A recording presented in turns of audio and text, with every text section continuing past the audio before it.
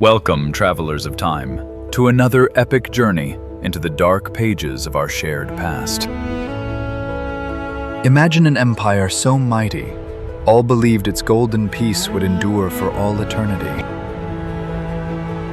In just 50 tragic years, 26 men seized the throne, and nearly all met a devastating fate. The streets saw tragic ruin, while foreign invaders and deadly plagues tore the mighty borders apart.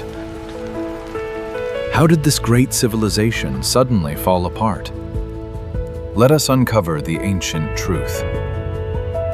For ages, Rome stood as the vast pinnacle of human civilization and absolute power.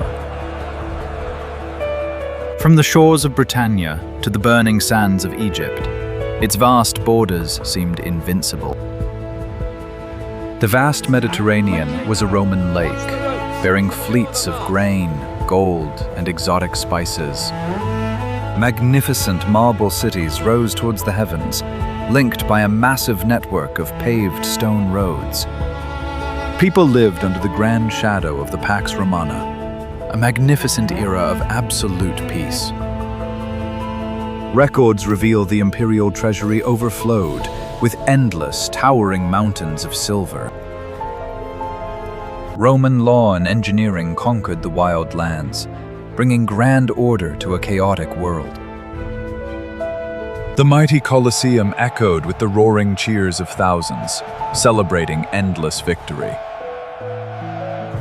Grand markets flooded with silk from the distant east and exotic beasts from the deep heart of Africa. It was an era where one could easily walk from Spain to Syria without leaving Roman soil. At the heart of this majestic security stood the mighty Roman legions, the ultimate force. Disciplined and heavily armored, these professional soldiers crushed any barbarian resistance. Their gleaming silver armor and crimson-red shields formed an unbreakable wall of terrifying steel. No enemy force dared to challenge the unified might of the eagles marching across the continent. To be a Roman citizen meant walking the earth with a proud sense of absolute invulnerability. Emperor Severus Alexander sat upon the throne, a dignified ruler holding the world together. Draped in pure white silk and royal purple, he proudly represented the values of the Senate. He built glorious monuments and vast libraries, hoping to elevate the minds of his loyal subjects. Yet, beneath this beautiful marble facade, a dangerous poison was slowly infecting the army. The legions had grown greedy, realizing that true power did not come from the Senate, but the sword. Soldiers stationed at the freezing borders demanded more gold to hold back the gathering tribal hordes. Alexander tried to buy peace with the Germanic tribes, a move that disgusted his very own men. The proud legionnaires saw this peaceful strategy as a humiliating display of pathetic weakness. In the dark tents of the military camps, ambitious generals whispered treacherous plots of treason. The once loyal protectors of the empire were mutating into its most dangerous predators. The final days of the Golden Age were ticking away as invisible fractures cracked the deep core. No one in the Senate realized that the grand illusion of Roman supremacy was about to shatter. The gods seemed to turn their faces away from the magnificent capital, leaving it vulnerable. A dark storm was gathering on the northern frontier, ready to unleash unprecedented destruction. The era of philosophers and builders was ending. The brutal age of the warlords would now begin. In the spring of 235, the fragile peace was violently and permanently broken. Mutinous soldiers dragged Emperor Severus Alexander from his tent and vanquished him without mercy. His vital essence faded in the cold German mud. officially marking the death of the Pax Romana. The legions raised Maximinus Thrax to the throne, a giant of a man, born from the harsh peasant class. He was the first Barracks emperor, a brutal warrior who cared nothing for the Senate or the past. With his scarred face and massive broadsword, Maximinus ruled the civilized world through sheer and utter terror. The military realized they could create and destroy emperors whenever they desired more silver coin. A terrifying cycle of betrayal began, plunging the entire continent into a dark civil war. Ambitious generals fought each other for the crown, pulling troops away from the vital border defenses. As Roman swords clashed against Roman shields, the watchful barbarian tribes saw their golden opportunity. Goths and Franks poured across the unguarded rivers, burning wealthy cities and enslaving the citizens. To pay the greedy soldiers, desperate emperors began melting down the silver currency with cheap lead. This reckless debasement of the coin triggered a catastrophic wave of hyperinflation across the land. A single loaf of bread soon cost a fortune, leaving the poorest citizens to starve in the dirty streets. Trade networks completely collapsed, turning once bustling merchant hubs into terrifying, silent ghost towns. As if the gods were punishing Rome, a devastating plague erupted, sweeping through the weakened people.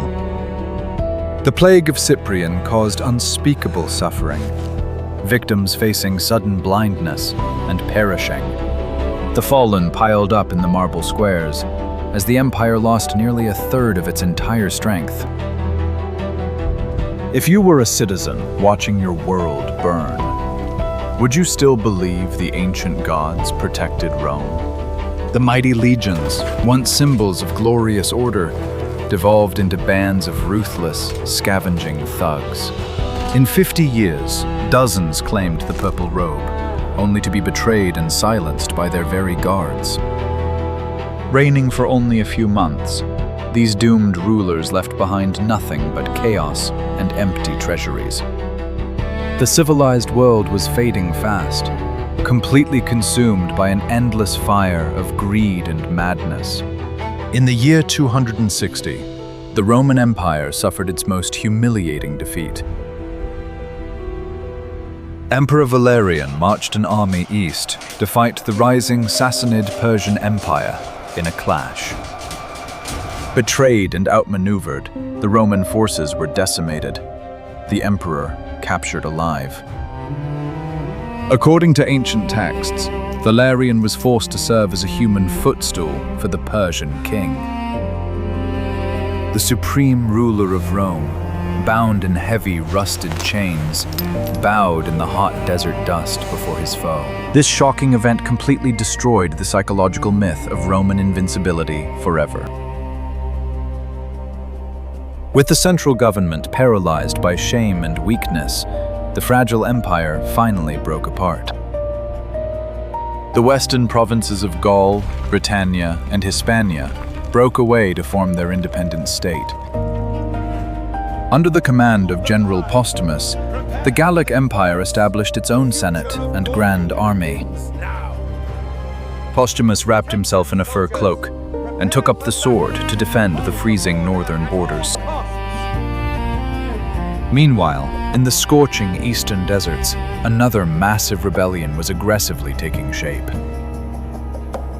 The wealthy trading city of Palmyra declared independence, cutting off Rome from its vital grain. Queen Zenobia, a brilliant and fierce warrior, rode her armored horse to conquer the lands of Egypt. Clad in golden scales and luxurious purple silk, she openly challenged the authority of the West. The world was now fractured into three massive, broken pieces, locked in a brutal struggle for survival. Central Rome was reduced to a miserable shadow of its former glory, surrounded by hostile foes. The Senate House stood empty and silent, as power was now entirely decided on the battlefields. Starving Roman citizens looked at the sky, waiting for a savior to rescue them from apocalyptic ruin. Yet from the darkest ashes of this devastating crisis, a new breed of ruthless commanders emerged. These hardened Illyrian soldiers understood that the old democratic traditions were completely dead. They knew that diplomacy and gentle words could never put the shattered pieces of the world back together. Only raw, terrifying power and absolute military control could save human civilization. The stage was set for the arrival of Aurelian, a fierce cavalry commander with an iron will. Bearing a sun-baked face and battle scars, he prepared to march his army across the ruined continent. His singular mission was to crush the usurpers and violently force the empire back into one state. The upcoming battles would be the most epic civil wars the ancient Mediterranean had ever seen. Brother would vanquish brother on the foggy plains of Gaul and the burning golden sands of Syria. The beautiful illusion of the Pax Romana was replaced by a grim reality of endless war. To understand the dark dawn of the Dominate era, we must witness the epic reunification of Rome. We must watch as Aurelian rides into the storm, wielding his battle-worn sword against the rebel queen. The fate of millions hung in the balance, resting on the sharp edges of dented and rusted Roman spears. History watched with bated breath as the three fractured empires prepared for their final, deadly collision. Every marching step echoed with the tragic sorrow of a civilization that had torn out its own heart. The legacy of Alexander, Caesar, and Augustus was drowning in an ocean of political greed.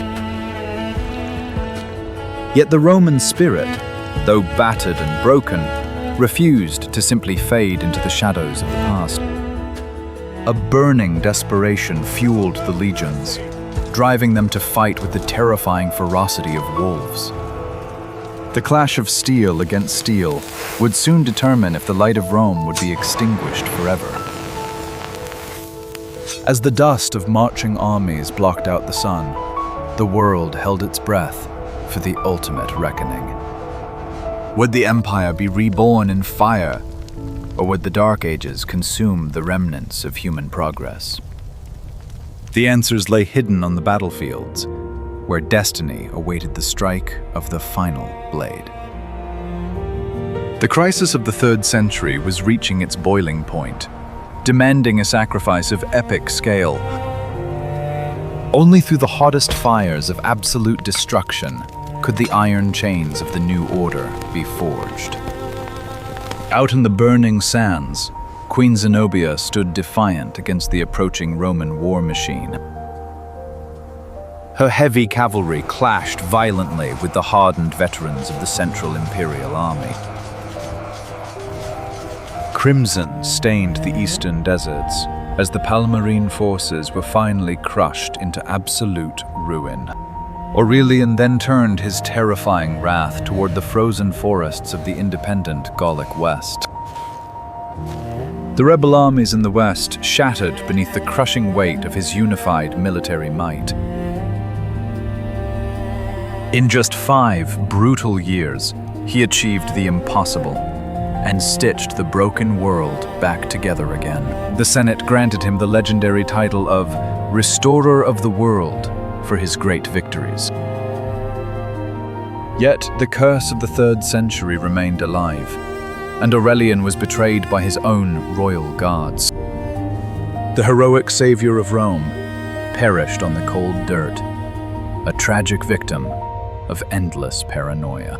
His tragic assassination proved that a temporary military victory could not heal the deep wounds. The empire needed a fundamental transformation, a complete destruction of its ancient identity. In the year 284, a ruthless commander named Diocletian seized total control. He looked upon the smoking ruins of civilization and realized the Republic was a foolish dream. To prevent further chaos, the Emperor officially became a living god upon the mortal earth. The era of the Principate, where the ruler pretended to be a normal citizen, was now truly dead. Diocletian established the Dominate, ruling as an absolute master over his terrified subjects. He abandoned the traditional white toga for heavy robes of dark purple and shining golden thread. A massive jeweled crown rested upon his head, replacing the humble laurel wreath of ancient times. Anyone approaching the throne was now forced to crawl on the floor and kiss the hem of his royal garment. The Roman citizen was transformed into a humble peasant, stripped of all ancient political rights. The military was heavily expanded and reorganized to crush any whisper of domestic rebellion. Elite Praetorian guards with dark helmets and long spears stood as menacing shadows behind the throne. Diocletian divided the vast empire into 4 zones, creating the complex system of the Tetrarchy. 4 supreme warlords now governed the massive territory, sharing power to prevent future civil wars. The economy was violently forced into submission through harsh edicts and heavy taxation laws. Farmers were bound to their lands forever, laying the grim foundations for medieval feudalism. Sons were legally forced to take up the dangerous professions of their dead and exhausted fathers. Liberty was entirely sacrificed on the bloody altar of national security and sheer survival. The magnificent city of Rome itself was slowly abandoned by these new and practical emperors. Power shifted closer to the violent frontiers, leaving the ancient capital to decay in silence. The glorious Senate was reduced to a meaningless city council, with absolutely no real authority. Historians argue that this brutal transformation saved the dying Roman world from total extinction. Without the iron fist of Diocletian, the empire would have certainly collapsed into the Dark Ages. Yet the heavy cost of this desperate survival was the complete death of the classic Roman spirit. The noble ideals of justice and liberty were buried beneath the crushing weight of absolute power. An empire of free men was violently transformed into a massive prison of terrified subjects. The crisis of the 3rd century teaches us a chilling and unforgettable lesson about human nature. When a society is pushed to the absolute breaking point by endless war, disease, and starvation, people will willingly surrender their precious freedom in exchange for the promise of basic safety. The golden age of the Pax Romana was exposed as a fragile illusion built on shifting, bloody sands. From the ashes of that beautiful dream rose a terrifying nightmare of endless military oppression.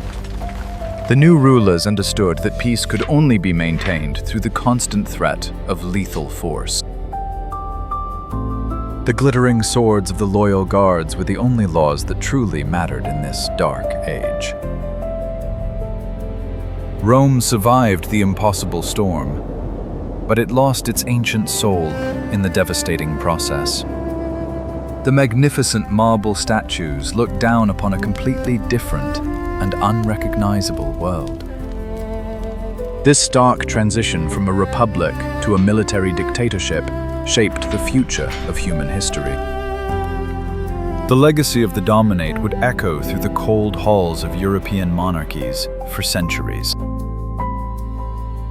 To save the dying empire, the final rulers destroyed freedom and led with an absolute iron fist. Was this brutal tyranny necessary for survival, or the ultimate betrayal of Rome? Tell us below. If you enjoyed this epic journey, please like, share, and subscribe to our channel for more history.